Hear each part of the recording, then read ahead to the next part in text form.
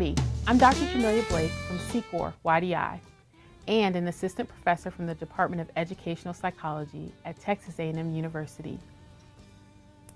Many who have worked with youth have heard them complain about bullying. Bullying presents a serious issue that deserves the attention of all youth development practitioners. But how does bullying progress from childhood through maturity, and what can be done to help prevent it?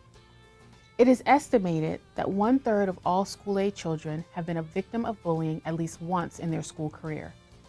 Bullying takes many forms. Sometimes it can involve direct physical contact, such as pushing or hitting, but more often involves verbal aggression, like mean teasing, and relationally aggressive acts, such as exclusion and gossiping. Bullying can also be delivered via technological means.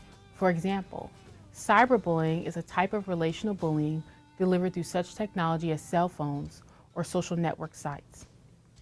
Bullying is not gender specific. This means that both boys and girls are at a high risk of becoming a bully or being bullied. So what can we do?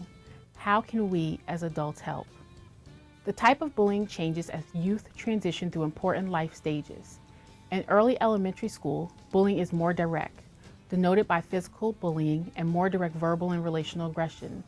For example, early elementary age students might tell a peer, "I don't like you," or "You can't be my friend if you don't do what I say."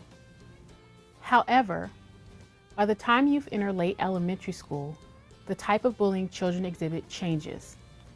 In late elementary school, children engage in more indirect and covert forms of bullying, such as relational bullying.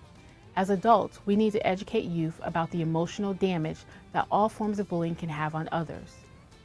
We need to help children understand why they have opted to bully others and the negative consequences it has not only for the victims and bullies, but also for the children who witness these aggressive acts. Bullying occurs most often during the transition to middle school, perhaps because youth are introduced to a new school with different types of peers and are identifying ways to make friends and establish their status in the school. During middle school and high school, verbal, relational, and cyberbullying are most common.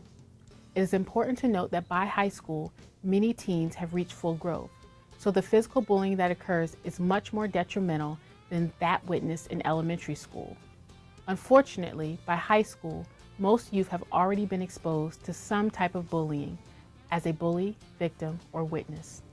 Few students intervene in bullying situations that they witness. Combating bullying starts early and begins with effective communication and social-emotional training. Children should learn strategies for supporting their peers and standing up against bullying when they see it. Having supportive and nurturing relationships with parents and other adults that children can confide in is critical for bullying intervention. Youth must feel comfortable talking with adults about their bullying experiences and trust that the adults in their lives will do their best to make the situation better, not worse. Educating youth on how to identify the source of their emotions and express their feelings in socially appropriate ways should occur in the home, school, and youth development organizations. Youth also need to learn conflict resolution strategies and should have opportunities to observe important adults in their lives, implement these strategies. Talks between parents and their children about aggression and bullying should start before a bullying incident occurs. Center the discussion on the definition of bullying, specifically what bullying is and what it's not. It is important for adults to lead discussions about how hurtful actions and words can be and how these can make a person a bully. It is also important for adults to listen carefully and acknowledge youth's experiences with bullying. Whether or not you think your child or those you work with are at risk of facing a bully, talk to them. Youth need to know this information.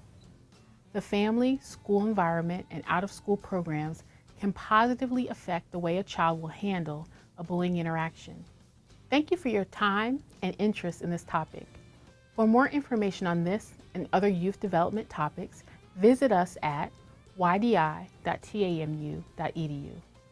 On our site, you will find a variety of resources on this and other important topics to assist you in your efforts to promote positive youth development. Also, feel free to contact us at ydi@ag.tamu.edu.